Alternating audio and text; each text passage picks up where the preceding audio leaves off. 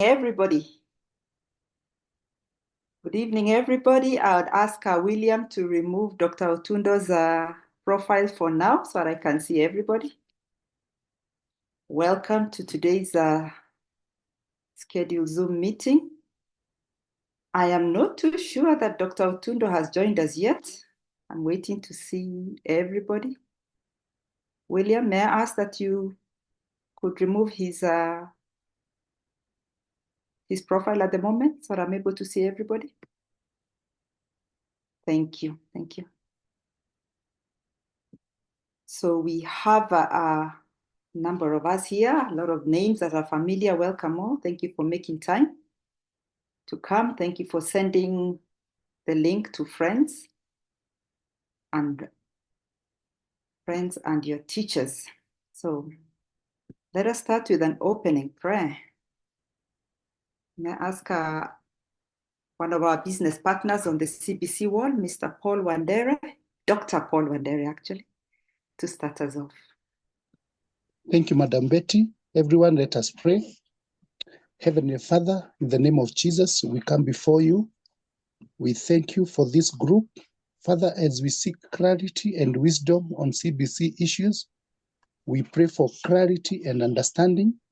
We commit Mr. Otundo before your hands, that you may cleanse him and give him insight and wisdom as he delivers this content.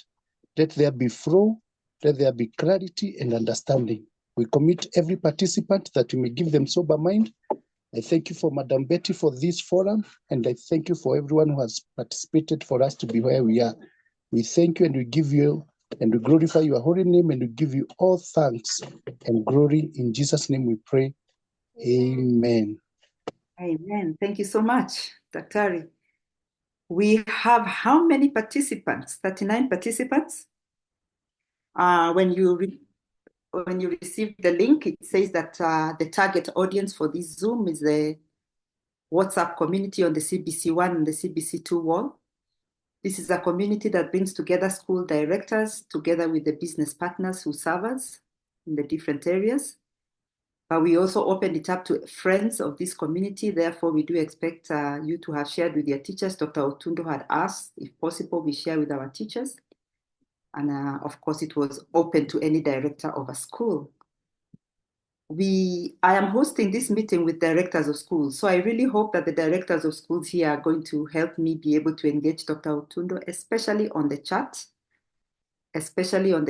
Any questions that you had, any clarifications that you would need, kindly, let's make the chat very, very busy. I have my co-hosts ready to make sure that whatever is on the chat is addressed by Dr. Otundo. So I've got Paul Wandere as a co-host. I've gotten Mr. Kimani as a co-host, and I've gotten William as a co-host.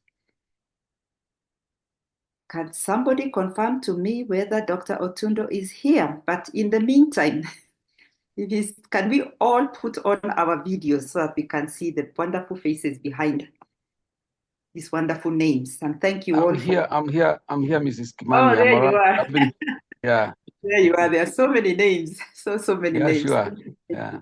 Give us an opportunity so that Dr. Otundo knows the audience. We can just either put on the chat your name and the school you're coming from. It helps the facilitator have an idea of who is here. There are people that I know, but I don't want to introduce them on their behalf. So put on your camera and just say, for now, just put the name of the school, please. Just put on the chat the name of the school or ask me to unmute you. If you put on your video, I will be able to see you and unmute you. Like now I can see there's a Naomi there. Okay. Naomi, I'll give you the first opportunity to introduce yourself because you're the first person to put on your video. All right, thank you very much, Betty. Thank you also for this great opportunity to interact with stakeholders in the CBC. I'm excited to hear is Dr. Otudo, who is going to facilitate. We know he's quite knowledgeable in this area of CBC. As we look forward to the senior school. We are all looking forward to a great learning session. Thank you very much. And your I'm school now is? Gogo from Riera School. From Vera Schools. Thank you. Thank you. Anybody else who wants to greet us? All you need to do is to put on your video. Put on your video. I can see there is Washington, there is St. Peter's, and Foresight Academy. Excellent. Thank you so much. Thank you, thank you, thank you. Juju from Riara. Excellent, excellent, excellent. All right, so we can continue putting our names on the chat. Dr. Otundo is going to see that. That person, Millicent, do you want to say something? I've asked you to unmute.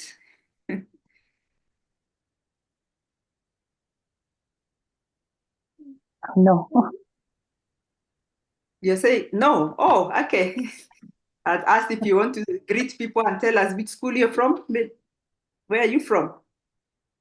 I'm from Yamira, Royal Uh-huh. Metropolitan. Okay, thank you very much. Okay, so I can ask now, William. William, could you just quickly run through Dr. Otundo's profile? You can now put it on the screen for us.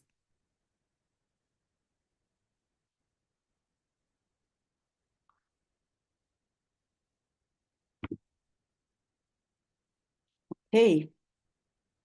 So if there's anybody here who's meeting Dr.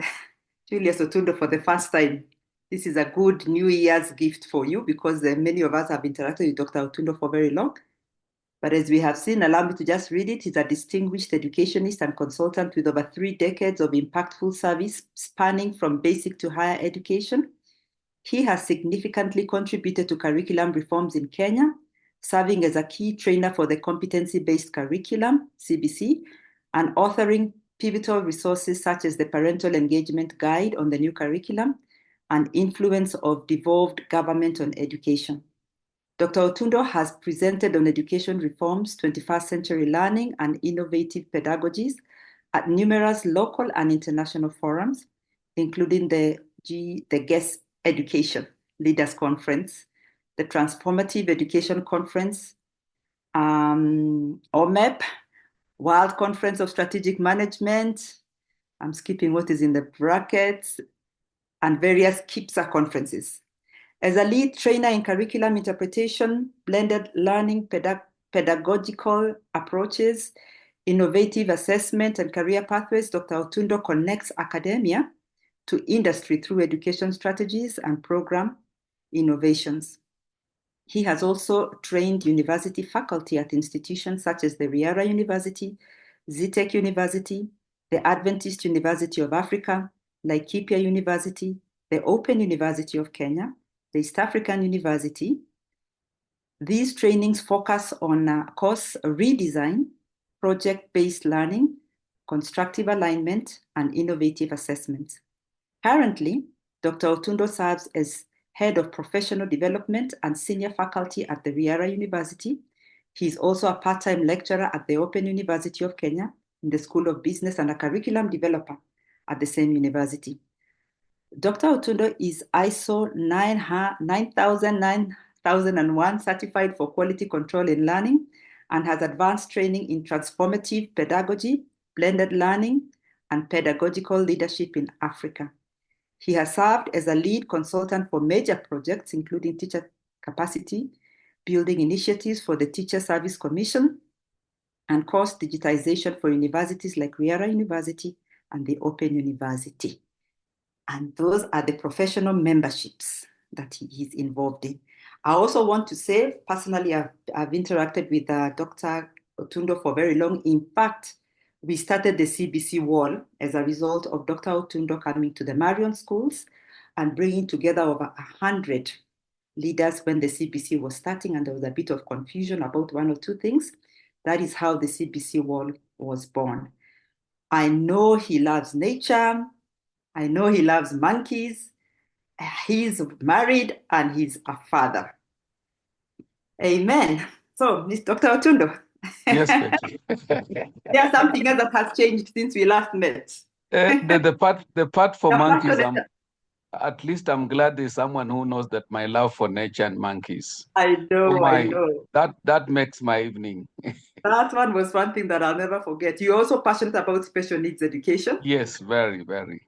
Yes, that was really nice. We also invited Dr. Otundo to talk to our parents when we were launching our Parents Association. The first time when we were a bit jittery about how do we have parental engagement, and he really did a good job in helping us make the first steps. And with that, Dr. Otundo, kindly, may I hand over to you? The topic for today, just to remind us, all of us, is engagement on the CBC transitions. And when I talk about the transitions, I mean all the transitions that are in the CBC. The grade 3, the grade 6, the grade 9, and if possible, even grade 12. We want to know more about the pathways. It seems to be the key word right now. A lot of information going around from different business partners, which we are very thankful for. And we also want to know something about senior school. So, Dr. Otundo, karibu. Thank you, Betty, and I'm very grateful for this again. And I'm happy that you already even mentioned the birth of the World 1 and World 2 and CBC World. Definitely, yes. It is incredible that we are where we are because, Betty, on your side, you have also remained very resilient after we had that project in your school. And thank you for even hosting over 100 directors during that particular period, from which now this world was born. And in absentia of your mom, Mrs. Mbugwa, and Professor Eda, who was present pronouncedly as the main founders, and therefore we also take precedence to remember them for the founding of the World 1 and later on World 2. Thank you so much, Betty. And so congrats even for this engagement. And I want to say Betty reached out to me on a conversation, and I said, I think the better part of it, instead of waiting for too long to be doing physical meetings, is to have engagement online, such that we can have a discussion every time here and there. Good. I'm certain that I wouldn't want to mention anything beyond that for now, but basically what we are doing today is engagement. My biggest worry every time I listen to various people speak about CBC, I get worried because we are almost going through a full circle, but we still have a bit of challenges here and there. And mainly because these challenges are looked at in the context of who will solve them, other than how do we need to solve some of these challenges. And also as private school owners, we must always remember at the back of our mind that we are investors. And remember, you're all paying tax in this country, and the children you have in your schools are supposed to be having free basic education, free and compulsory basic education. 1 minute.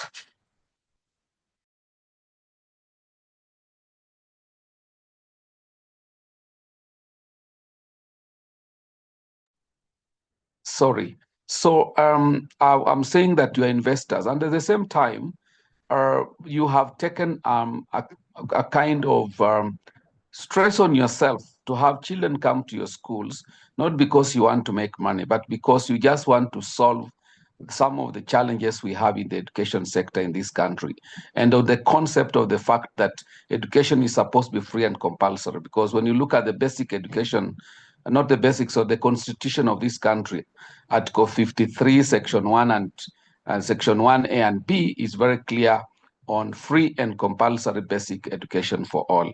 You all know that Kenya signed the pact for the UN conference in regard to education and ensuring that children get quality education and is accessible. So you have actually provided quality education accessible to the learners wherever they are and at the same time relevant. So while that is happening, we would need to be the forefront persons in terms of ensuring that CBC is taking the right direction.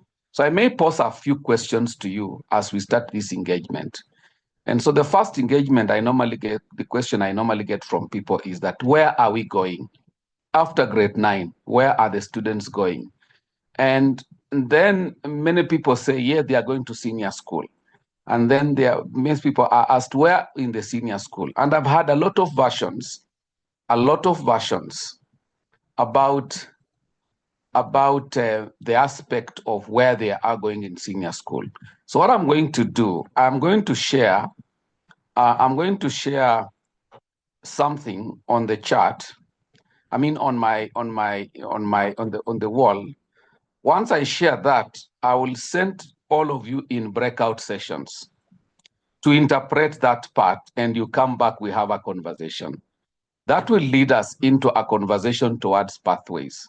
The interpretation will only take us 10 minutes. And when you go into your breakout sessions, when you come back, you'll have someone who would present what you would have discussed and come up with. Because what I'm trying to do is, how do we find a solution that is school-based, other than always depending on so-quotes experts to come to your schools? And some of the things I have listened to on a wavelength is misleading information, to be very honest. And we are going to be held accountable as providers of education and educators for also assisting parents to get more confused and at the same time learners.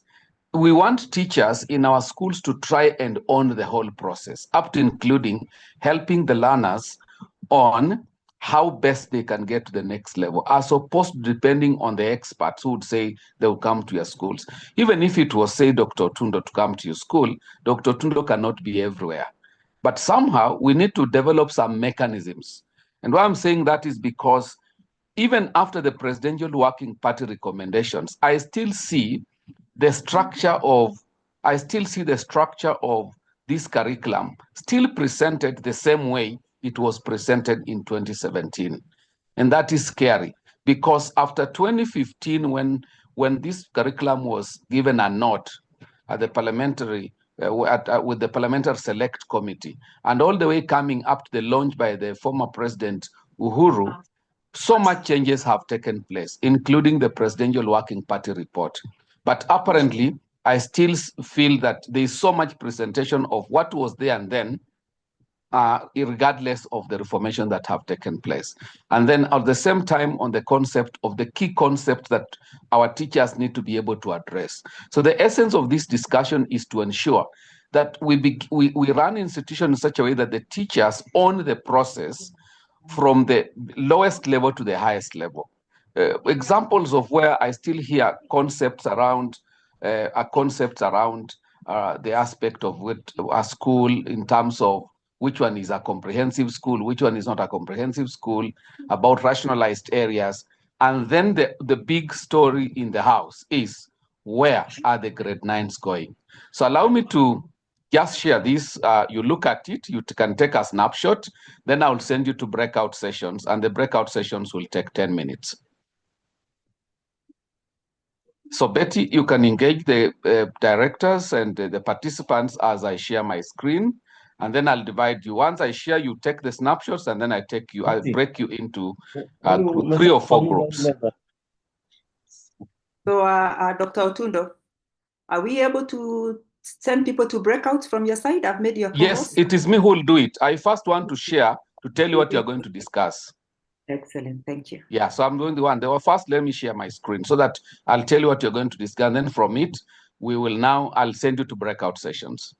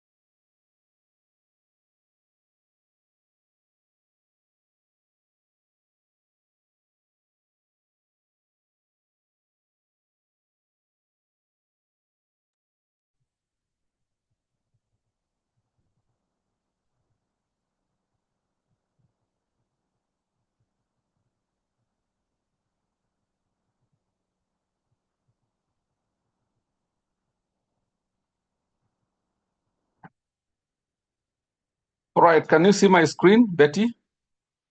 Yes, we can. Yes, we Super. can. So I have picked on community service learning, and I'll tell the reason why I picked on this when we begin. And because we are looking at transition from the lowest level as they move ahead, I want us to draw it from back as we come back and have some understanding here. So this is where I'm taking you is what came out after the changes that took place with the coming out of the Presidential Working Party. Initially, in 2017, we had a total of about 70 learning areas spread in the concept of, in the concept of STEM, social sciences, and arts and sports. So the areas of specialization have since remained, but quite much has changed because when you look at STEM, the number of learning areas were reduced. The social sciences, basically a bit of them, but more of them were retained. And then arts and sports, a bit of them were also reduced.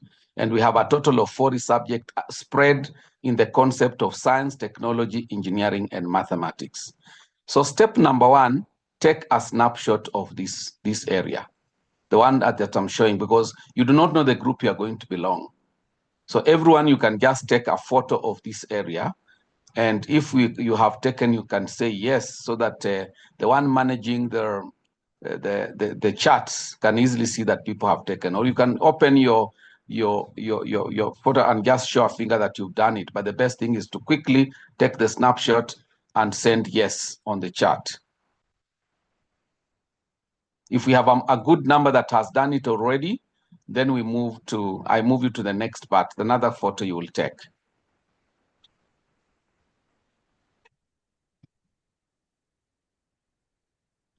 Betty, do you think a bigger number have done it?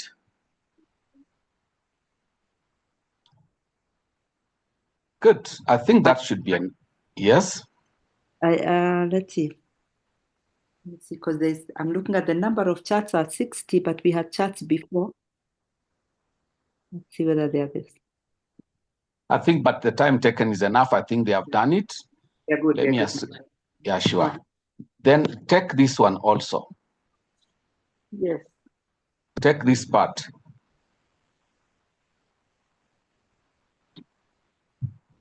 Yes. So you have taken two shots of two photos, this part and the first part.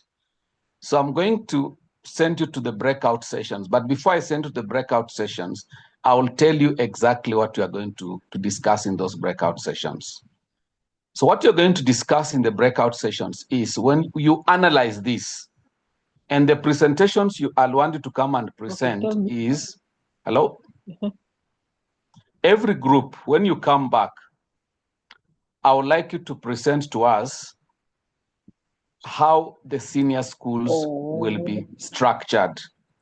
Are we going to have STEM schools? Are we going to have social science schools? And are we going to have arts and sports schools? How will the senior schools be structured? That is task one. How will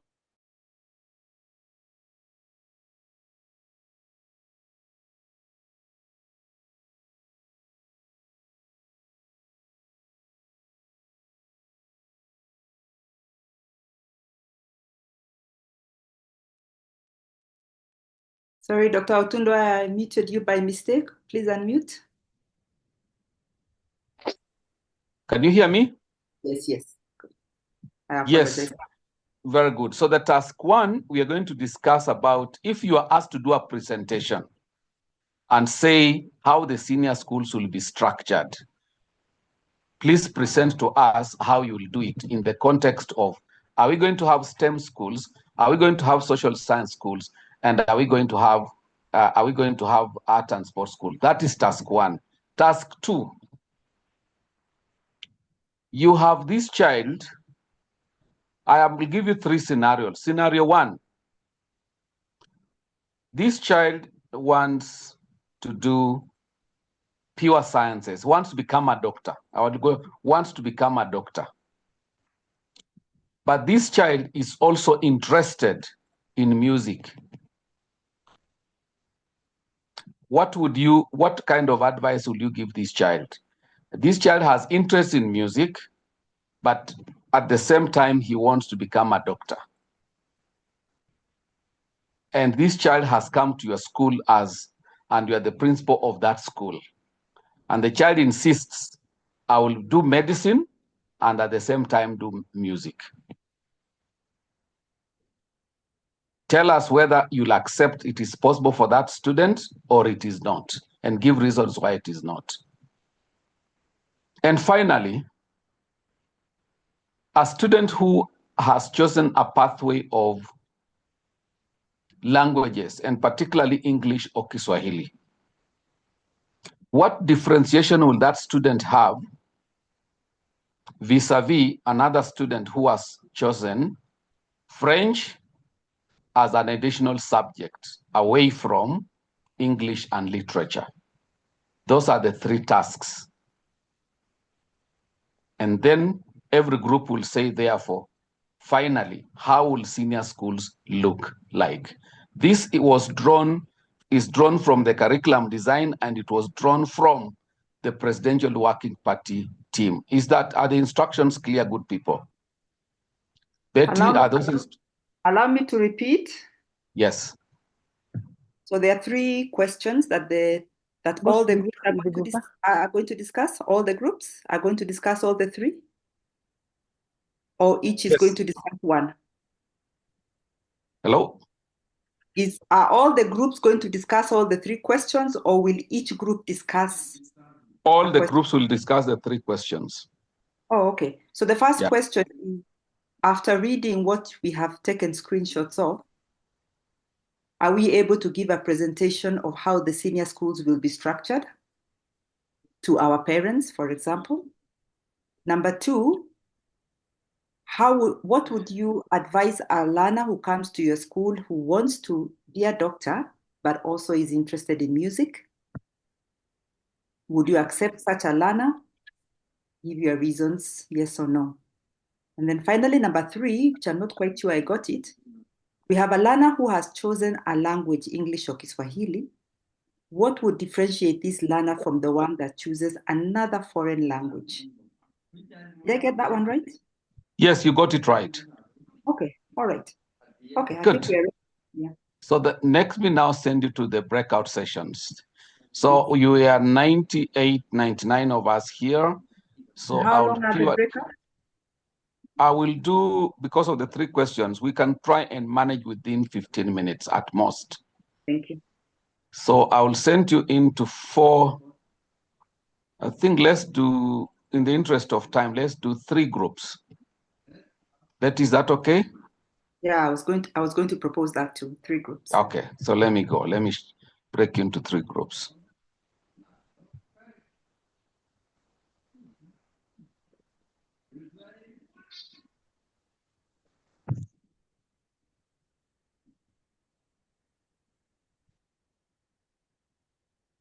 Apparently, Betty, I don't see that option on my side.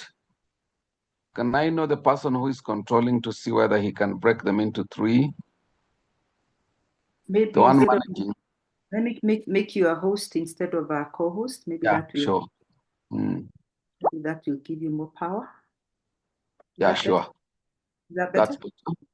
Thank you.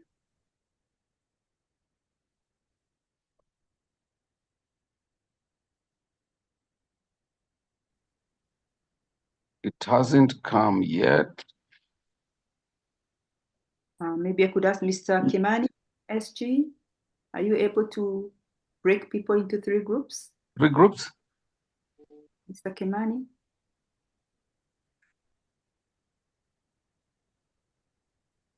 for that option. Let me look. Thank you. But I'm co-host. Oh, I make you host. Let me make you host.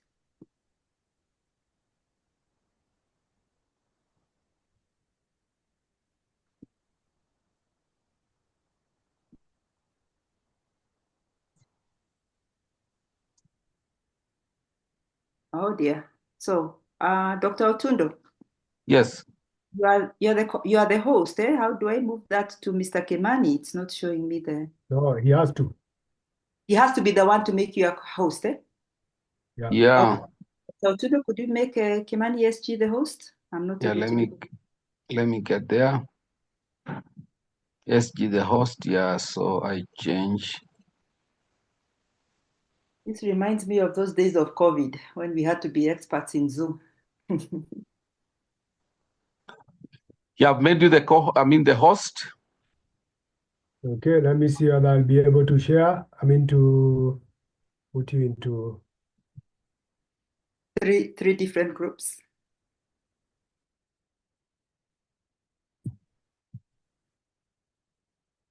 And if there is somebody listening to us and laughing at us, please volunteer your services and your expertise. Is anybody?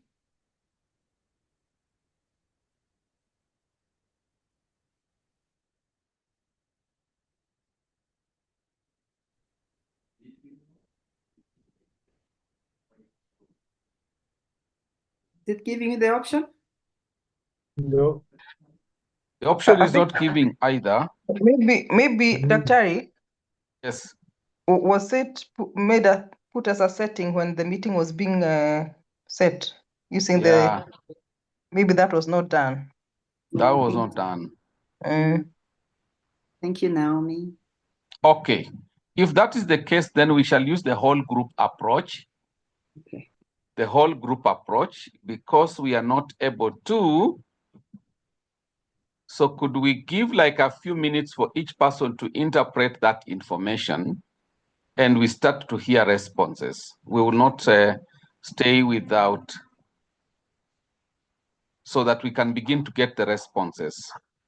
So in that case, could you give us back what we were taking a screenshot so that it's on our screens? Yes. Yeah, I'll share That it will back. help. Yeah, sure. Okay. And then you will allow me to allow me to call on different people, or Yes, people yes. will volunteer? I'll give you a chance now to do that, Perry, just now. Yes. Okay, so class, please be ready. I will call upon you. And of course, I will start with the people I know. Please do not do a disappearing act. No lefting. So Kimani, allow me to share the screen. There you are.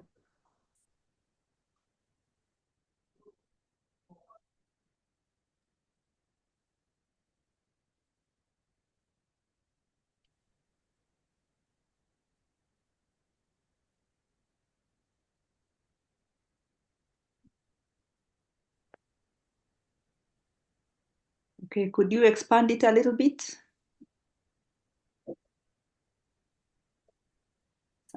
Okay, thank you. So what did you want us to do here? Answer the 3 questions, eh? Yeah, that's good, that's good, that's good. All right, so with these 2 paragraphs, is there anybody who would want to take number 1, 2, or 3? Dr. Otundo, we are able to answer 1, 2, or 3 from either of these, eh?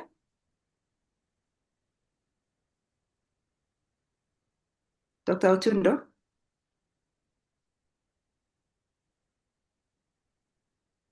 Dr. Otundo is muted.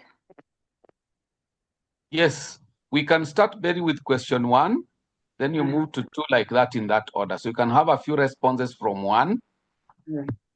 Yeah. Okay. Reading through what Dr. Otundo has shared, ladies and gentlemen, are you able to give your opinion on how the senior schools will be structured? And you could actually tell us from which statement you are forming your opinion from. So let us start. Let us start with a business partner. Paul Wandere, as a parent, you're a business partner, but you train parents a lot. Can you tell Let's start with you. I think I'm still consuming the content, and I wanted Dr. Otudo to clarify, are we answering question 1 using this template or the other one? Both. Because We are I using cannot see the entire template. any link between the...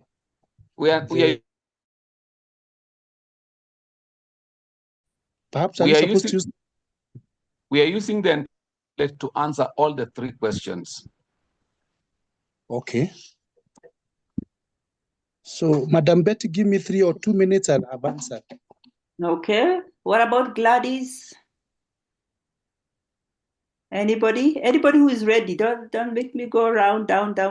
Somebody who has seen a statement that makes them form an opinion. Dr. Otundo has turned this into a workshop.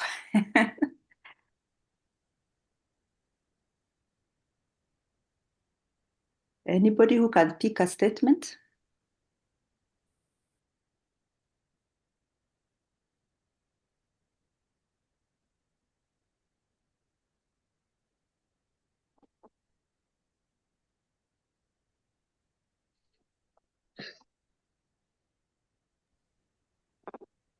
There's something I think Michael is saying on the chat. William, could you read for us what's on the chat? If somebody's answering on the chat, please.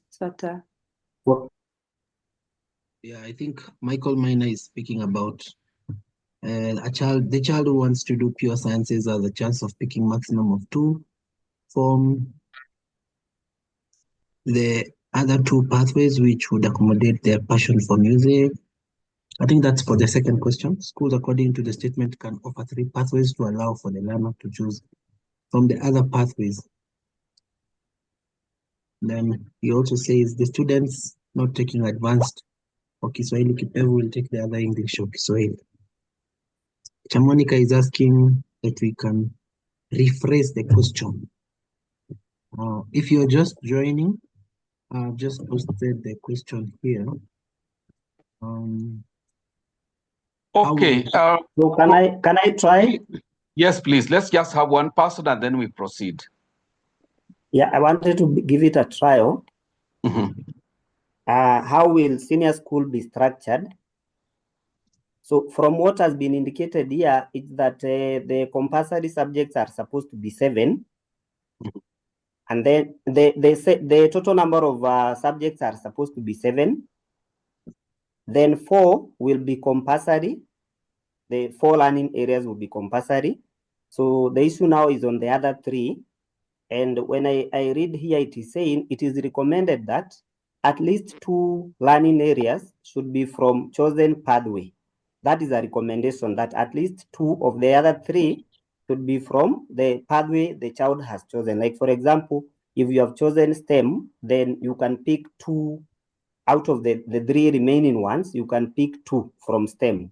Then, in exceptional cases, some learners may opt for 1 learning area from the chosen pathway. So though it is recommended that out of the other 3, a child should pick 2 from their chosen pathway, in exceptional cases, a child may choose to pick 1 from their pathway of choice. So then the other 2, a maximum of 2 learning areas from any of the 3 pathways. So what I'm trying to pick from here is that the other 2 subjects will be picked from the 3 pathways, meaning a senior school therefore should be able to offer the 3 pathways, so that if I pick the compulsory 4, I pick 1 from my pathway of choice, then from the other remaining 2, I can still pick 2 subjects. So if, for example, I want to pick a subject in social sciences, if it is not being offered by the same school, then I cannot pick that. So it will contradict that statement. So in my thinking then is that senior school will be required to have all the pathways so that learners can pick some subjects in their area of choice or their pathway of choice, and then they still have room to pick the optionals from either of the other pathways that are there. So I don't think then, going by this, there could be schools that are purely for STEM purely for social sciences and purely for arts and sports. That's what I've picked, but I stand to be corrected. All right. Very good. Please, your name again, Betty, if you can allow me to take over. Your name? Yes. My name is Peter Karidhi. Good. From Jotna School. Very good, Peter. Now, good people, the reason why I brought this up is because we need to own this aspect of transition to senior school. And one of the things about transition to senior school is exactly to what Peter has explained, is the whole thing about senior school lies in this concept. And this area is found in the community service learning, and not only community service learning, even other curriculum designs like agriculture and all that. But apparently, you discover that many of our teachers have not interacted with this information. And that is why when someone walks into your school and is speaking to your parents and is telling parents that we are going to have STEM schools, social science schools, and arts and sports schools, that's already very misleading information. Before the Presidential Working Party, that had seemed to be what was envisioned earlier from the basic framework. That was what seemingly was coming up strongly. But immediately after the Presidential Working Party, the recommendations came by and said, we shall not have categorization of schools. So number one, we are not going to have schools called national school, extra county schools, county schools, and sub-county schools. Neither are we going to have schools categorized as state schools, social science schools, and arts and sports schools. So when we are having a conversation with our learners, they must be aware, and even parents, that we are not going to have those kinds of categorization. And the whole gist lies here. At this level, and I'll read the second part that William was reading. At this level, learners shall take 7 learning areas. And out of these 7 learning areas, 4 of them are compulsory. What are the compulsory learning areas? English, Kiswahili, community service learning, and physical education. But one of the things I note with many of our institutions, we are not taking physical education seriously from down here.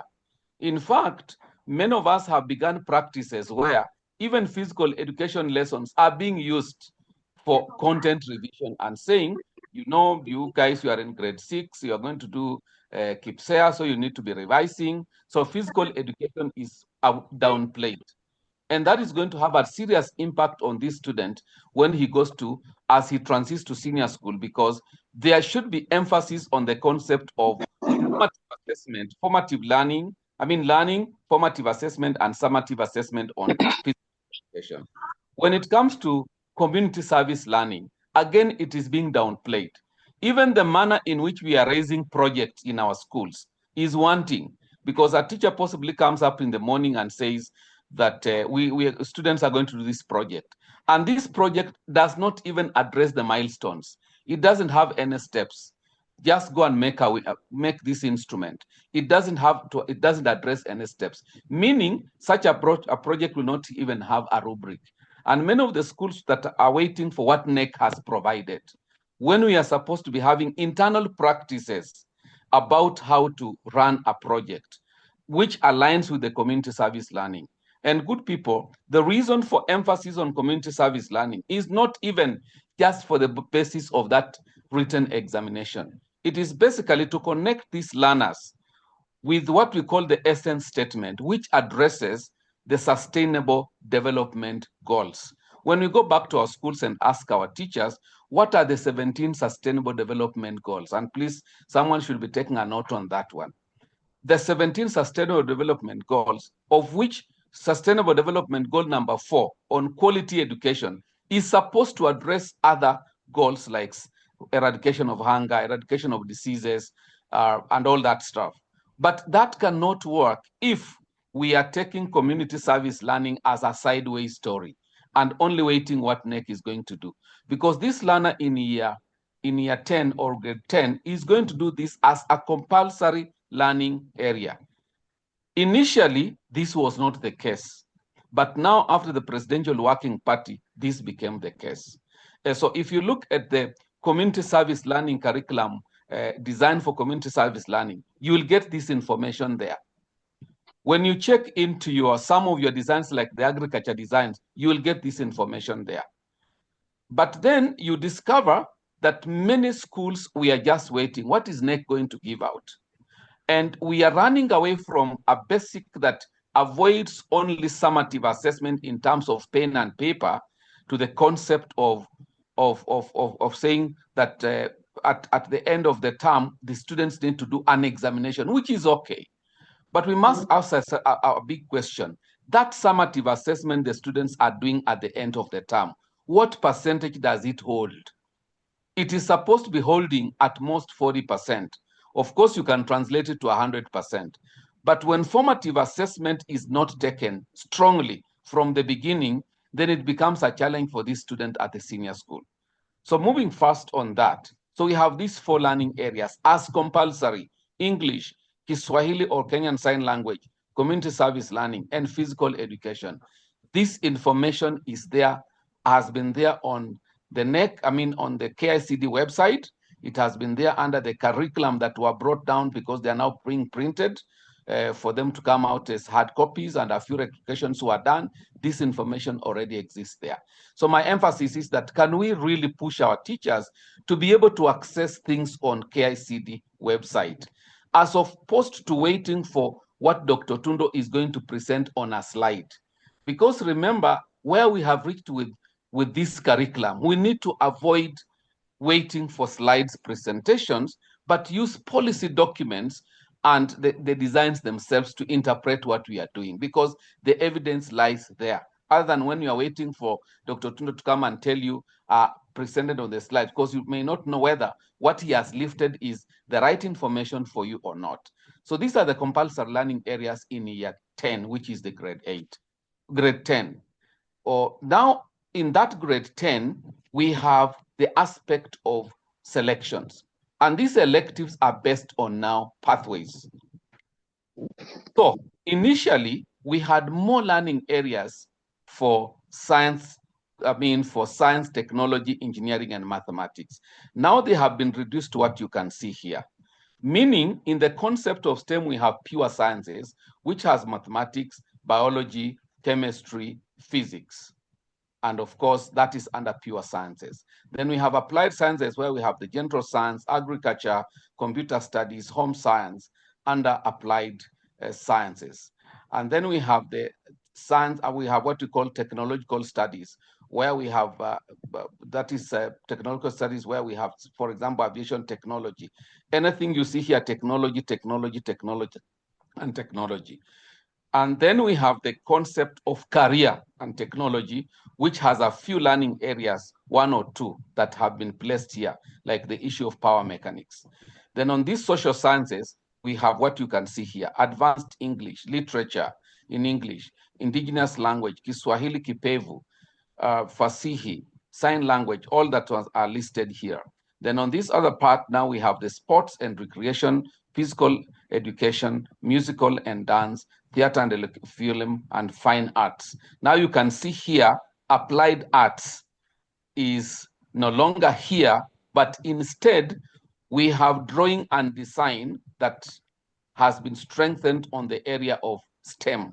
But this other side, we used to have applied art, and it is not there. But are we saying that applied art is not there? The answer is no. Applied art is still there because of the issue of ICT skills, which will be offered to all students to facilitate learning and enjoyment. I know one would be asking me, what is the difference between fine art and applied art? This I will answer very quickly. Dr. Otundo, before you Yes. go too far there, could you just allow us to just ask some questions, first of all, to make sure that we are on the same page on the matter of pathways, because that was the main thing. Before you ask, Betty, let me just complete that area of pathways so that when you ask, they can ask comprehensively. Let me just leave the fine art issue first and just speak about the pathways. We go to this place, level 2. At this level of grade 10, learners will take 7 learning areas as recommended by the Presidential Working Party on Education Reforms. This shall comprise of the 4 compulsory. The 4 compulsories are here. So whether a student is in STEM or not, he will do those ones. Then it goes on to say, and then 3 learning areas opted, the learner will opt for 3 learning areas on their area of specialization. So if a student wants to be a doctor, medical doctor, he will do the 4 compulsories, then now go for specialization, which will be, say, mathematics or advanced mathematics, biology, and chemistry. Those are 3, for example, for a medical doctor. What about an agriculturalist? Possibly he may do basic mathematics, and please now realize that I'm mentioning about basic mathematics and advanced. For pure sciences, they'll be looking more of the advanced mathematics. For other applied sciences, they'll be looking at basic mathematics. So he does basic mathematics, agriculture, and particularly home science. And possibly home science, sorry. So that is a student who decides that I'll be in STEM, so my 3 other learning areas will purely be in STEM. Another one who decides that my 3 other learning areas will purely be in social sciences will take, say, advanced English, English and literature, and possibly, say, indigenous language. Let me give that as an example.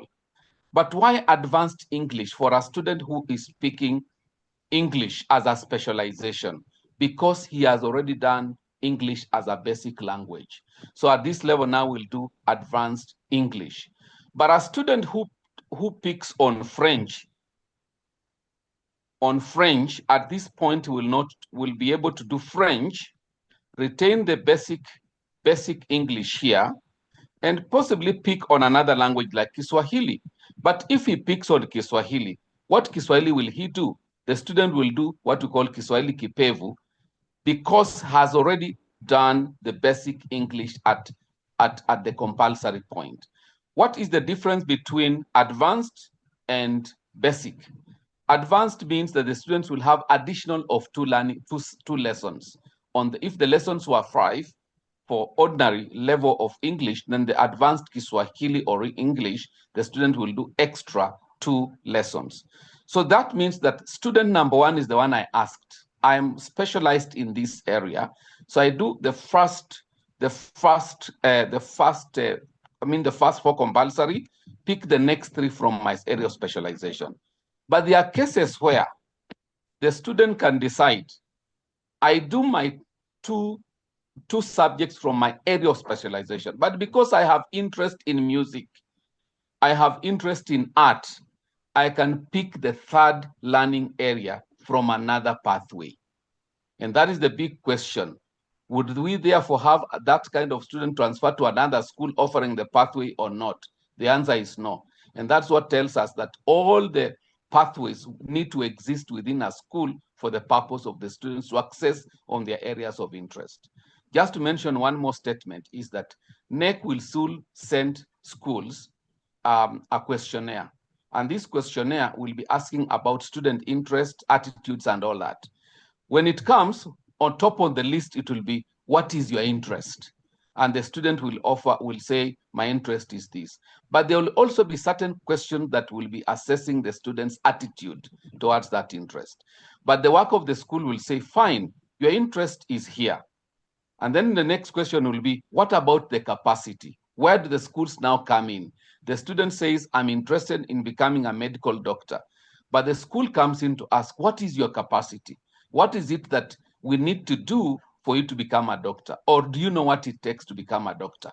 Where then do I mean that the schools must come in very strongly on that area? It is no longer a wish statement for a student to say that I must become an engineer, a civil engineer. But the next question is, you have that passion for civil engineering, but do you know what it takes to do civil engineering? The students, do they interact with the real-time practice of civil engineering as they choose that pathway? Then finally, the other question was that if this student, there's a student who has done the 4 compulsory, but wants to pick special cases in any of the pathways. It says down here, the last statement, which says that it is recommended that at least 2 learning areas should be from the chosen pathway. In exceptional cases, some learners may opt for 1 learning area from the chosen pathway and a maximum of 2 learning areas from any of the other pathways, depending on the learner's career projections and with the guidance by the school principals of the senior school. So critically, this is a critical area for us to interact with, even as we guide the learners for transition to the next level. So what I'm trying to say is that when learners transit, we shouldn't be telling them, you know, Nairobi School is going to be a STEM school, or say Riara Springs is going to be a social science school, or Buruburu Girls will be a social science school. The answer is that our expectation is that when students land into that school, they are able to navigate through their pathways as per their interests. Betty, back to you now for questions. Thank you very much. I want to invite questions from the directors and the participants. And as they're doing that, I wanted you to clarify for me, when you compare the system that I think you and I went through, the older generation here, the one that had standard 7, when Yes. we went to high school, there were no pathways and different whatever. When we went to a high school, that school had people doing sciences, had people doing humanities or arts. You remember? Yes. Is that the kind of thing that is being brought back, where the school You is there, all the children are there, but in the same school, you can choose your 3 pathways? You have gotten it as simple as that. Very right. That's exactly it. So therefore, does that mean that where we will get a challenge would be if, for example, at this doctor, this example you've given us, if that doctor lands in my school, wants to be a doctor, but has an interest in music, but I don't have a music studio, that is where my challenge will be. That is where your challenge will be now as a student. And then you'll be asked, is there an alternative of choice in terms of interest? Okay, so if he says based on available resources, because you also remember during our time, Betty, that were the questions that you would be asked at some point. Now that we do not have this, is there another choice you are likely to make? So it will either be that to retain the child in our school, but Yes. the child now may actually get the neighboring school that has that combination. Yes. Okay, so that's our challenge, is to actually be able to offer the 3 options in the same school. Any other? Thank you, that clarifies. Yes, Betty. Yeah, Betty, thank you very much. I have a question. And let me ask the person who is projecting to give us that slide where we have the learning areas, because I'd want to refer to that. Okay, it's very clear from what Dr. has presented, and I really want to appreciate him very much. I look at these, the STEM subjects. They run from number 5 up to 21, quite a number of them. And then when I look at the social sciences, also a significant number. Arts and sports, they're not too many. Now, what advice, Dr. would you give a school? Because when I look at the subjects for STEM and the available human capacity at the moment, what would you advise a school to do as the start of the senior school? Because I see it to be very heavy on investment in terms of not just the resources, but also the personnel. For example, if a school is going to have math, biology, chemistry, physics, general science, all the way to metal technology, power mechanics, it might be very, very heavy in terms of investment. So what would you advise a school that wants to start a senior school? What's the bare minimum, or what should be a good beginning to say we are offering? We have STEM, we have social sciences, and we have sports. And again, also, as you answer that, I'm also seeing this new path with the arts and sports and science that was not there in the previous curriculum. It'll also be very heavy, and I think this is what Betty has asked. It'll also be very heavy on heavy in terms of infrastructure. So what advice would you give schools? Because we need to start senior schools. I believe, all the people, or a good majority who are in this Zoom call, would want to give our children in grade 9 a school to transition to.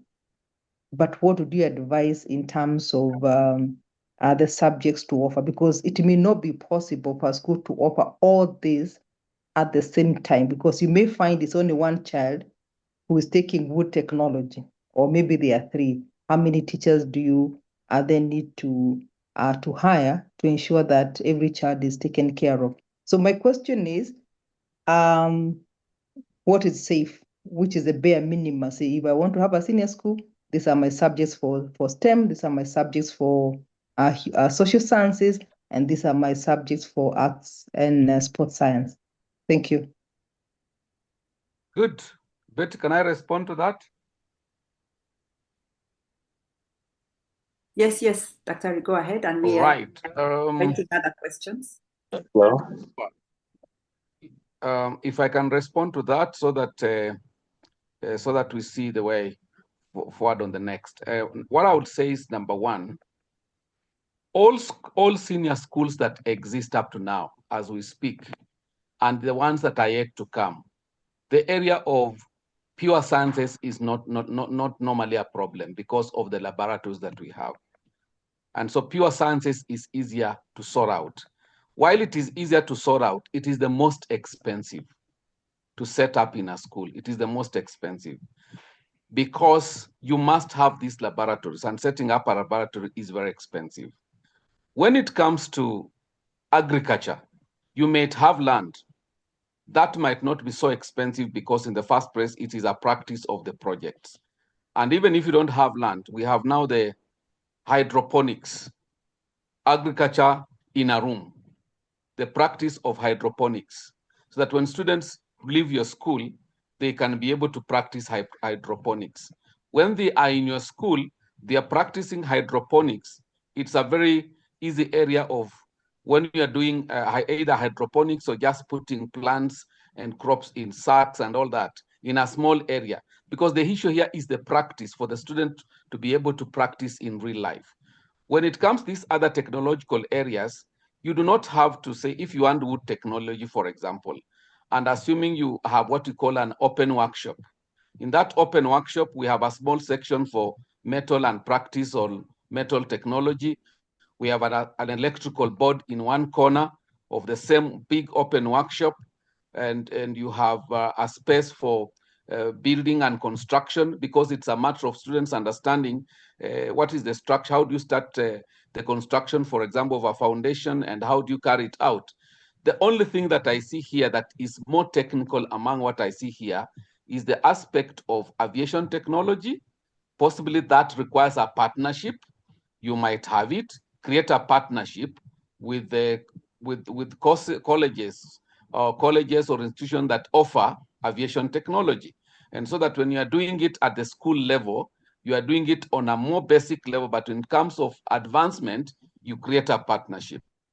When it comes to media technology, of course, that requires a bit of investment, but not as much as such, because it's a matter of the students understanding in the concept of how do I use the available media tools to sink into real world.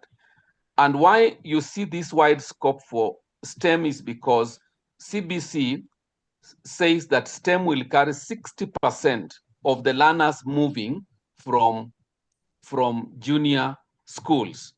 As they go to senior schools, many of them will go towards STEM. Why? Vision 2030, and two, the number of learning areas that are already stipulated here.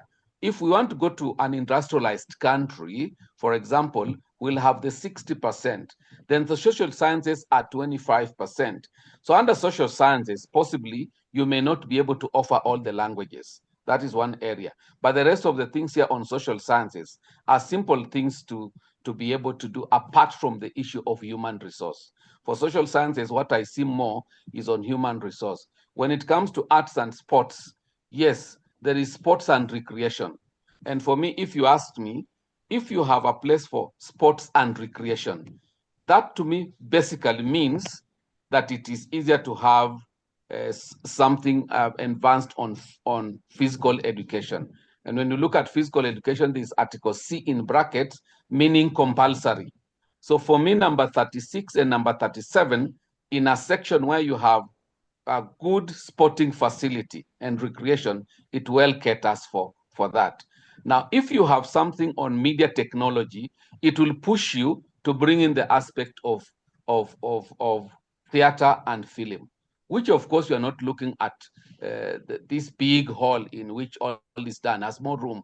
I will ask some of you to come and see our media school and see our room where we do production and all that. It's not such a large room. Of course, there's quite a bit of investment that has gone in, but it's not a serious big room that would say that schools cannot be able to manage that. So sometimes I can challenge and say, make a trip, come to Riara University. We show you what we have done.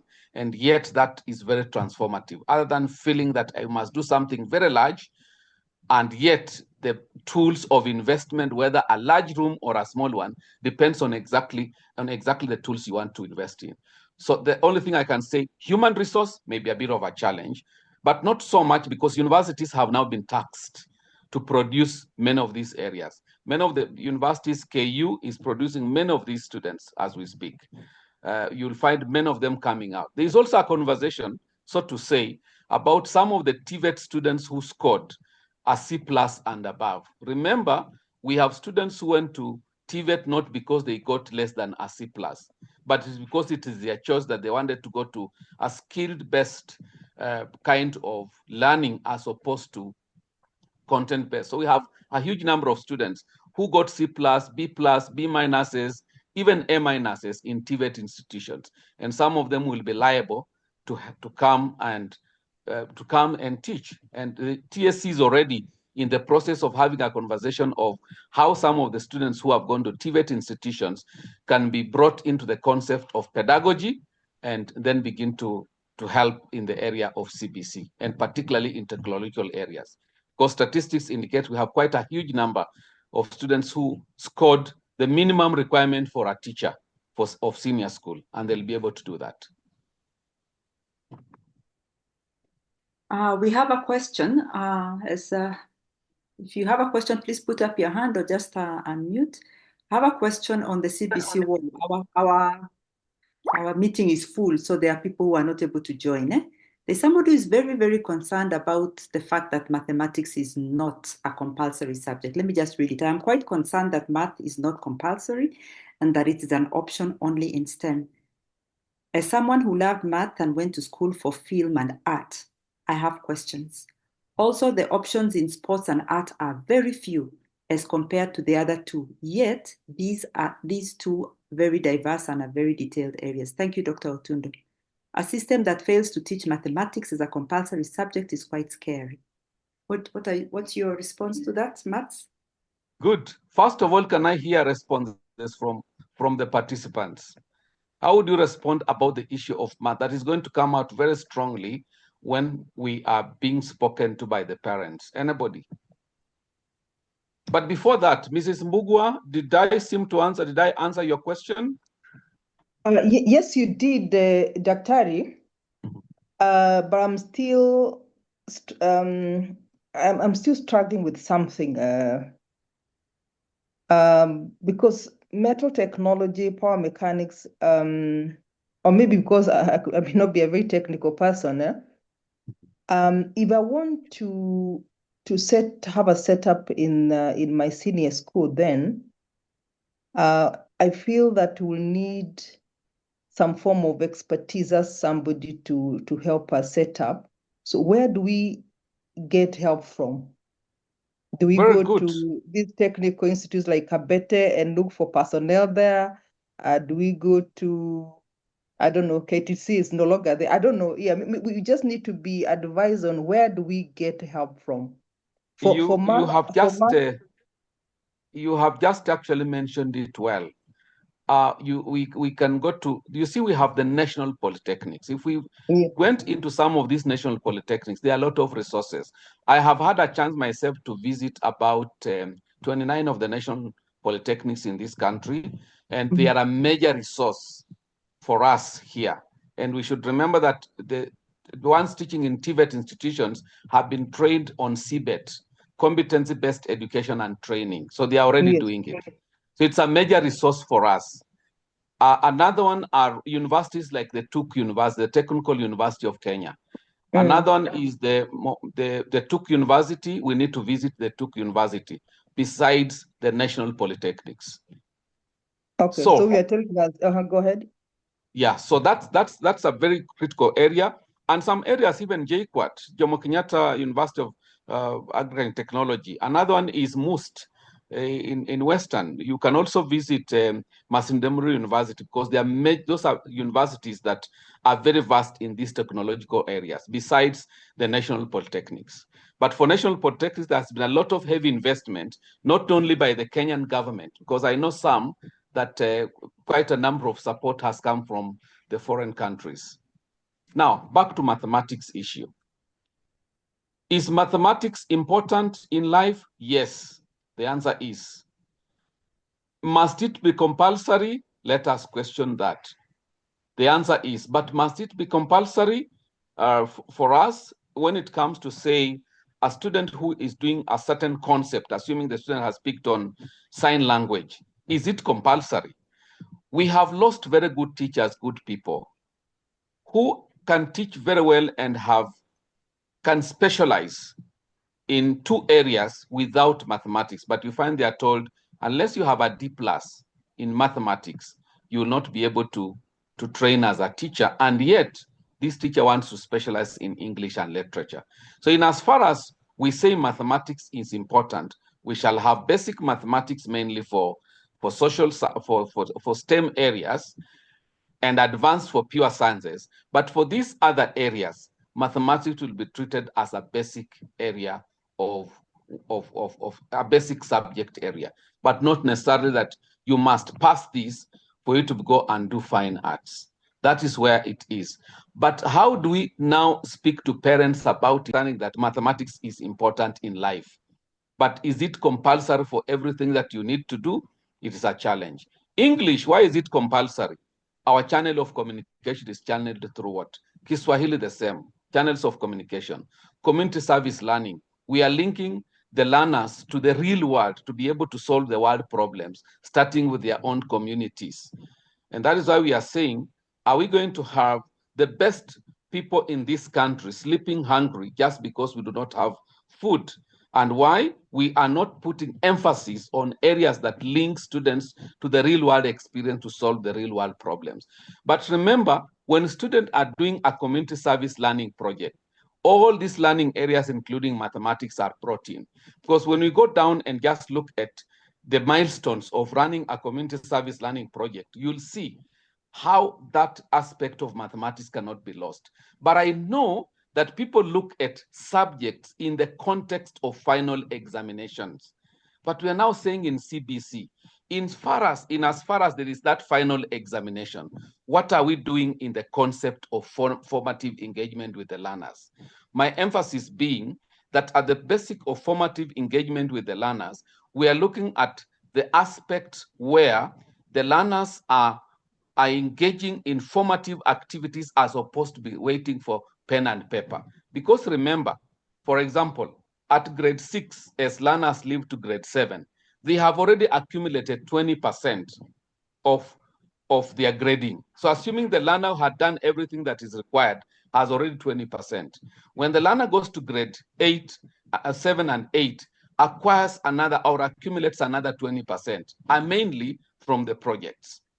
And then the learners leave that and go to grade 9. By the time they're going to grade 9, they already have accumulated 20, and that means they already have 40.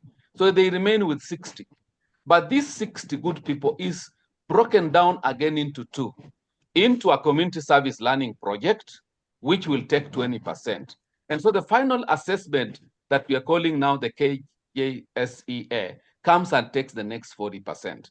Though translated into 100%, but it's envisioned that by the time the learner is sitting for that, he has already accumulated the 60%, which is looked at as a formative assessment aspect. And that aspect of formative assessment has incorporated all the learning areas from as they come from down there as they go up.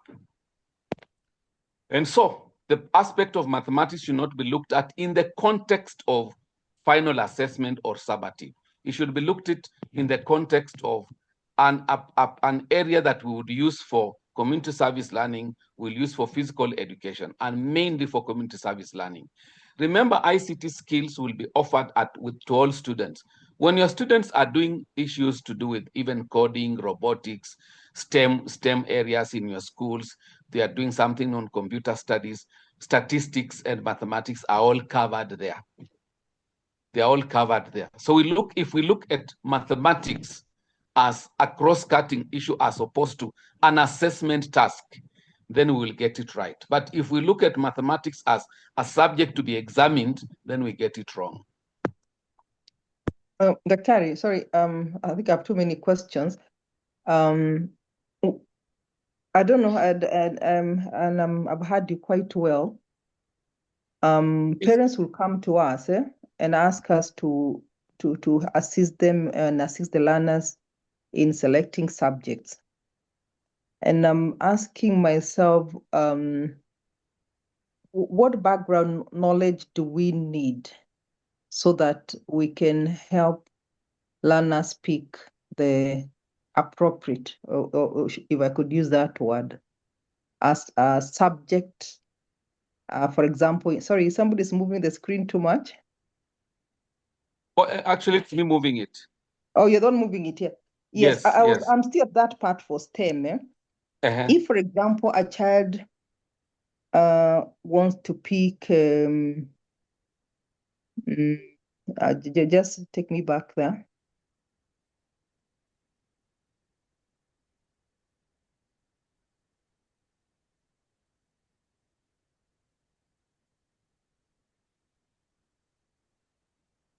Because I know when it comes to selecting the subjects in the senior school, and we are the people teaching now in the junior school who should assist the learners, not the teachers in the senior school, I believe. Yes. Because they have not been with them. Just that part for the learning areas. I feel there's some subjects or there's some learning areas that need to be tagged to the math, even if it's a basic mathematics. For example, if somebody is going to do construction, building and construction, okay? I know there's a lot of numbers that you need to keep working with. If I was supposed to advise such a child, I would tell them, if you want to take building and construction, then you need to take basic mathematics because it will help you in the logical thinking. So what I'm saying... before you go that, Mrs. Mugwa, in the area of STEM, mathematics is compulsory. It is one of the choices the learner will make. That's why we have basic and advanced. That if the learner is doing pure sciences, he will do advanced mathematics. But if he's doing these other areas, he'll do basic mathematics. But that's what I mean. So then we don't need to come out very clearly here. Yeah, maybe as a statement, all right? So that we get to understand that and use that information and knowledge to advise the learners. Because if you're doing, as I said, building construction, you need some math. It may not be the advanced, but you need the basic mathematics. If you're doing power and mechanics, I don't know which maths you'll need, but you need some mathematics.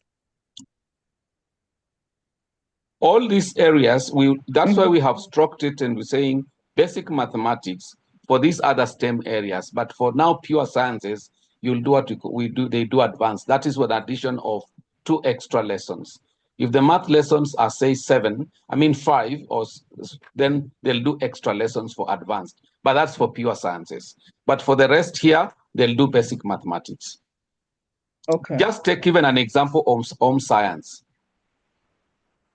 Yeah. You see, home science has the concept of home economics, right? Economics, yeah. Yeah, so that student will pick home science, then can go and pick under social sciences, business studies, and pick mathematics here. He already has the 3. But now he has gone for business studies because of connection between what we call home science and home economics, because home economics brings in the aspect of business and mathematics. But the student already has basic mathematics, home science itself, and decides to go for business studies if the student has interest in business studies. Okay. Does that sound clear?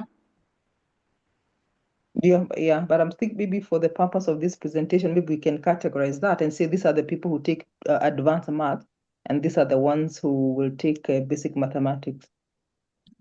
Just for True. clarity. What I'm avoiding here is schools depending on experts to analyze information.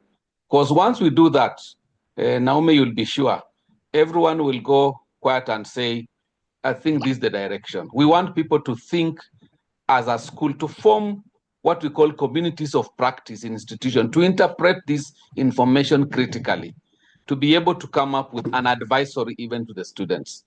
Like other than depending, for example, on the head teacher of the school, can we have, say, a career advisory department in a school that analyze this information, works with some of us, and just comes out on how to help different learners? Because the only issue here is that when students fill the form, the top on the list will start with interest, then followed by capacity. Are you able to? Then the issue of attitude comes in. For example, a student says that I want to become a surgeon, but there's a question on what do you fear most in life? Then the student says, I fear blood. What do you see? The attitude for that student. The student wants to be a surgeon, but he fears blood. Dr. Otundo? Yes. Sorry to interrupt, Naomi. You remember in our days, I'm sorry, I'm just keeping going back to our days. Yes. We used to have some schools where they would add a certain subject as a compulsory subject. For example, these compulsory subjects are 4. If I thought that I need to have my students have, I remember in the sciences, there are some schools that you had to do chemistry, whether you liked it or not. Are we Yes. allowed to add the compulsory subjects to 5? We are allowed to. The minimum, when it comes to the issue of 7, it doesn't dictate that that is the minimum the student should be able to do. And as it goes, and that is why the exceptional case of advice comes in, that yes, it is possible that a student can even do up to 8 subjects. Now, I know that the only thing that NEC was against is going up to 9 or 10, but up to 8 subjects, there are cases that will be exceptional cases to be allowed. And that's why a student can have 2, for example, or 3, and decide that I have my 3 already, but I need to have something I want to add to the 3, and decides I want to do fine arts as an additional subject. That is exactly it. How many compulsory subjects can we add on top of the 4? Is there a limit? No, compulsory, you can't go beyond that. I mean, there are 4. I can add 1 more or 2 more, or how many more? For compulsory, you can only add the 4th subject to the area of selection. To electives, not compulsory. So the 4, I cannot say that we must do mathematics in my school. No, you wouldn't say that. Okay. Somebody else has asked me, what is the place for psychometric testings? Because already NEC is going to do a testing, and we know a lot of our business partners are doing psychometric testing. So I hear you talking about the teachers, asking the teachers and the parents, but where is the place, in your opinion, for psychometric testing?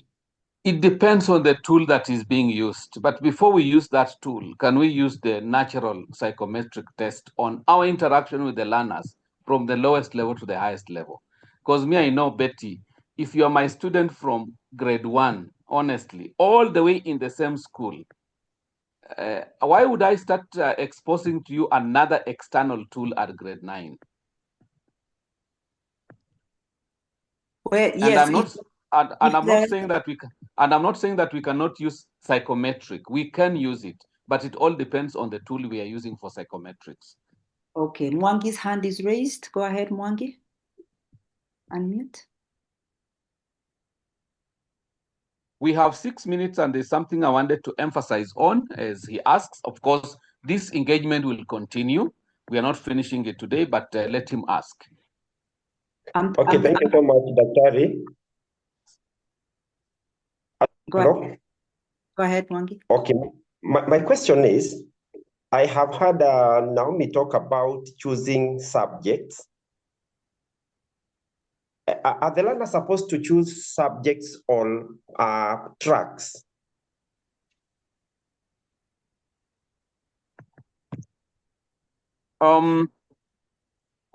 when you look at STEM and we look at social sciences and arts and sports, those are tracks. Those are pathways. Yes. Then within the pathway, we have now the tracks, like what you are saying, pure science. Mm-hmm. You have also talked about engineering and the technical studies. Yes. It's a track. As a track, I just want clarification of that. Mm-hmm. When you talk about pure sciences, you've said there are 4 compulsory subjects. That is the 4 compulsory. Then from the electives, we have 4: biology, chemistry, physics, and maths. In the electives, once you have done the 4, you have 3. So you look at your track. You look at your track and ask and ask yourself, if my track is pure sciences, what will be my electives? So my elective will be advanced mathematics, say biology and chemistry. So those are exactly. Yes, that is one track. But another one also in the same track can decide, I will do physics because I want to become an ophthalmologist. So he leaves out chemistry and does physics because he wants to become an ophthalmologist. An optician. My question now is, I have had Naomi talk about the learners choosing subjects. And I got somehow confused. Whether when they choose the tracks, are they not now taking the whole of that? You see, the concept, if we looked at this place, which starts at this level, Peter, if we just read this place critically, it still speaks to the same thing, because basically the learner must relate the choice of his electives to the track, because the track is basically the career pathway. The track in simpler terms is just the career pathway. If I pick on track for pure sciences and I want to become a medical doctor, that is the track leading me to becoming a medical doctor. I want to become an ophthalmologist and I'm in pure sciences. Which of the 3 sciences do I pick? I want to become I want to become, say, a lawyer. So the issue is, the career is you want to be a lawyer. What is the track for lawyers? So you pull it back and ask, what should be the track for lawyers? And you have a conversation around that. Because the electives are basically defining the track for this learner. When the learner says, I want to pick this, that then begins towards the career pathway. But I said there is this aspect of where the learner has that track towards a career pathway, but also has another interest. I like bringing in this simple scenario. Why would a doctor decide that I will do pure sciences, but add on something like music? Possibly, this is a doctor who wants to treat his patients on soft music. There are patients who go to our clinics and basically they are not sick. They just, and you examine them and you tell them you're not sick. Some people may go home and say they are bewitched, but possibly this patient is emotionally disturbed. What happens if this doctor had a guitar in his room and plays some soft music for him and he goes back healed, just because that's what he wanted to listen to? So in as far as there is that issue of tracking, Peter, there is also the aspect of the learner's interest at the final end of it, because it is from the career back to the tracks, then to the pathway. Sorry, maybe just for clarification. Maybe let's hear if Peter can respond. Subject. So I was using the word subject because meaning the learning areas per the previous statement that we are referring to. Yes. They are learning areas. Yeah. But I think, and I get his question very well, are learning areas the same as the tracks? Is that your question, sir? The one who just spoken? Sorry, I didn't get your name. No, my name is Mwangi. Yeah, Mwangi, yes. Okay, I get now the pathway. Then from the pathway we get to the track, and I think Dr. has now explained that what I wanted him to explain, that when you take a track, in it we have now the learning areas that will lead you to doing whatever you want to become. Yes. Okay. So my only clarification was, I thought the learner is supposed to choose a track that track contains the subject that the learner will do. Is it so that Yes, we first look at let's talk about a pathway. We have a pathway of science, technology, engineering, and mathematics. Inside that pathway, we have a track. The track is called pure sciences. Hello? Yes. The track is called pure what? Sciences. So what is in pure sciences? You identify the learning areas in pure what? Sciences. Sciences. The student has picked on a track of applied sciences. So we analyze what is in the track of pure sciences. What are the learning areas in pure what? Sciences. We have a track of career and technology. What is in the track of career and technology? What are the learning areas in career and what? Technology. We have a track of all that. So what is the track of technology alone? So in that track, you identify the learning areas. And then that leads you to a specific career for that specific learner. Peter, does that sound clear? Yeah, it is clear now. Super. All right. Any other question before I move to something quickly as we finish? Before I ask a question, could you just confirm that there is no question on the chat, please? Because that's where I asked questions. Are there any questions on the chat? Because I was looking on WhatsApp myself. William, any questions on the chat? We need to. All right. So it's already 9 o'clock. We need to be wrapping up. So Dr. Otundo, I was thinking we could just give the participants an opportunity to say their takeaways, or do you want to conclude with something? I want to conclude with something very quickly. Okay, go ahead. Go ahead. And then I think you will end with you then. But of course, we'll give them a minute just to say their experience. Of course, we need to get a little feedback, but they can also start typing on the wall. Just a quick one on this document.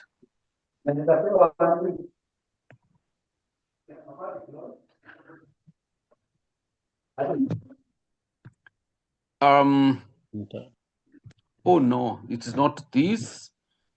It is not this. What I would say is that not here, instead of hearing, let me just stop and see whether I can get it quickly. But I can see Steve Biko has a question as he asked us to share another document. Just for 1 minute. Okay, Steve Biko, you can ask us a question. The rest of us, please share on the chat what your takeaways are. Just one or two. Dr. Otundo. Hello, Dr. Otundo. Please go ahead. Yeah, I had a question on psychometric test. Yeah, I was kindly requesting that you elaborate briefly so that you help us understand what the test is all about. Maybe that may make it different from the ones that they have been doing. Have you used any psychometric test in your school, Biko? Pardon? Have you used a psychometric test yourself before? No, actually, this is what I was asking so that at least to help us understand what is it in maybe respect to what we have the test that they have been taking. Betty, you have had a psychometric test on your learners, even on your staff. Yes, what I will have. you respond? Yes, please respond as an experience. And many of us are here who have had it. Is there anybody from Central Careers, Dr. Ruth? Anybody who's a business partner of psychometric testing? I think they're the best people to respond. Is anybody from Central Careers? Dr. Ruth? Anybody? Okay. So a psychometric test, who is this, Biko?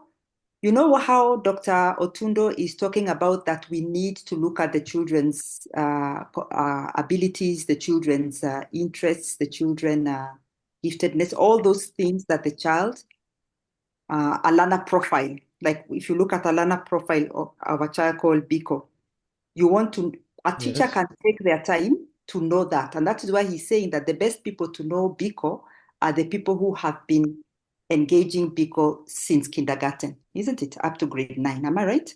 especially if Yes. BICO has been Okay. one school. So it is possible that if all the teachers who have engaged BICO in their school, they are able to tell that this child is sportish, this child is musical, this child does not like outdoor activities, this child learns alone, this child prefers to do group work. You know, all those, we'll call it a learner profile. Teachers should be able to come up with a learner profile just by knowing the child. Okay. However, a psychometric test has the child answer some questions at their level, such that the report also indicates all those things. So it's just like a digital way, directly, without the teachers being there, just by what the child is doing, is how the child is answering the questions, for you to be able to tell what the child's strengths are, passions are, interests are, abilities are. And it is what NEC is going to do. NEC is going to give us something, isn't it? So they are going to use a Yes, psychometric testing. that's So it. what some of us have done is that before that NEC thing comes, that we don't want our children to be seeing a NEC assessment interest form for the very first time during NEC, because that's if a child has never filled in a questionnaire about themselves and then they see it in the NEC, it's probably going to be a little bit like, okay, what's this? You know how you give people question papers to prepare them for KCPE those days, eh? So they have an idea Yeah. of how to apply. So psychometric testing, depending on which business partner you're working with, we are working with Central Careers at the moment, okay, Mr. Moriah, and he's been allowed by NEC to offer the psychometric testing. So he has a letter from NEC. That is why we are working with him, okay.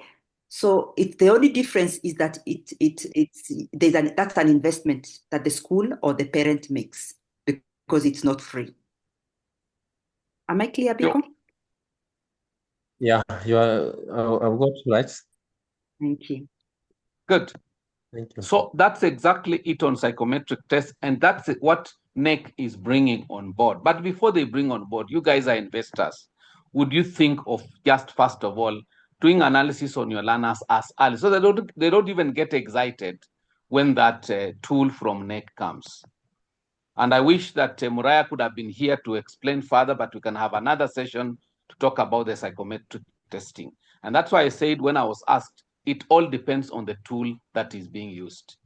If the tool is the right tool, that is okay for us to go. But as we do that, where we must be able to develop the learner's profile as a school as students grow, so that the psychometric testing tool, as it comes in, is only a support tool, not that it is the main tool that has to define your learner, and yet you have been with this learner from inception all the way. So finally, that is so true, that Dr. okay, that's true, Betty, right? Right. Yeah, and mainly I think we will need Moriah in our next engagement just to discuss about that, so that I don't want this case where the learners get excited because of the tool that NEC is saying. And some will even say, oh, so this tool is what is going to define my final exam, because I want us guys not to focus on this revision of exams, and emphasize on the learning process using the right procedure for learning. And that's why I say this document here is, this one I've shared is in agriculture for grade 9. If you asked your teachers of social studies, are they aware that the social studies is the one going to run the community service learning project? In grade 9, learners will undertake an integrated community service learning project of choice from a single or combined project. The CSL project will enable the learner to apply knowledge and skills from other areas to address the problem in the community. The implementation of the integrated CSL project will take a whole school approach where all members of the school community, including teachers, school administration, parents, guardians, local community, and school support, and support staff. It will be a collaborative effort where the teacher of social studies coordinates and works with other subject areas to design and implement the integrated CSL project. Teachers will select a theme drawn from different learning areas and the broader categories of pertinent and contemporary issues. If we are not taking pertinent and contemporary issues strongly, our students are going to struggle with CSL project. And finally, as I finish, these are the milestones. If you look at the projects we do in our schools, do teachers follow these milestones? Problem identification. It doesn't say anywhere where the teacher is the one to identify the problem. It talks about learners study their community to understand the challenges faced and the effects. And that community includes up to that school in which the learners are, includes your school. Milestone 2, designing a solution. Learners create an intervention to address this. Milestone 3, planning for the project. You remember when I was talking about the issue of mathematics? Look at this area of planning for the project, because that is where even budgeting comes in. Milestone 4, implementation. Milestone 5, showcasing. Milestone 6, reflection. Under reflection, there is emphasis on the use of portfolios. When learners leave grade 1, 2, 3, we lose the portfolios. And we imagine these portfolios cannot be used anymore. When we are saying now, upper primary classes should start engaging on e-portfolios, which can be developed on our websites, can be developed through Google, and then we'll begin to lose that. When we lose that, these learners will struggle with the community service learning project at year 10 as they get into their senior schools. So finally, my word to you people is, let us sink ourselves into the concepts that are supported by the curriculum design and other things. Let us put the books as a second party or support material, as opposed to textbooks being the first, as it has been in the previous kind of curriculum. Back to you, Betty. I think all said and done, we cannot finish everything for once. Thank you very much. I want to thank everybody who's come on the call. Thank you for your participation. Thank you for your listening. Thank you, Dr. Otundo, for the insights. Allow me to just close with the words of grace. Now may the grace of our Lord Jesus Christ, and the love of God, and the fellowship of the Holy Spirit be with us all. In Jesus' name, amen. Amen. God bless you all. God bless you all. This is recorded, so we are going to share the recording. We have enough. Dr. Otundo, were you able to